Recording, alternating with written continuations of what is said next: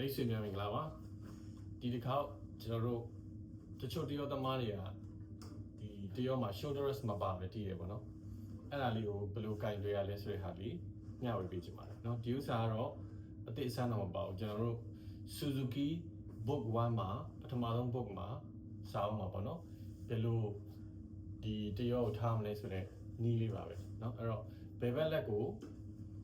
ညာဘက်ခုံလှမ်းပြီးတော့ကင်ပြီပေါ့နော်ကင်ပြီးတော့ဒီ level နဲ့ကြောရိုးလေးကိုမတ်မတ်လေးထားမယ်เนาะရှေ့ကို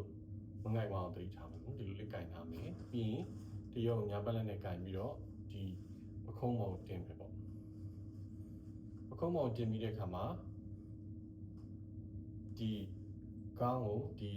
မေးစီပေါ့နော်မေးစီကိုအောက်ကိုညှပ်ချเนาะအောက်ကိုညှပ်ပြီးတော့လက်ကိုဘယ်ဘက်ကိုသွားမယ်เนาะဒါဆိုရပါပြီပြုံးမကြအောင်เนาะ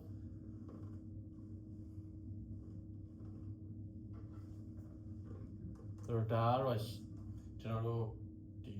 full school ပေါ့เนาะအရင်တော့တည်ကြတယ်ပုံစံပေါ့တော့ပခုံးနေတော့ညှပ်ထားရတယ်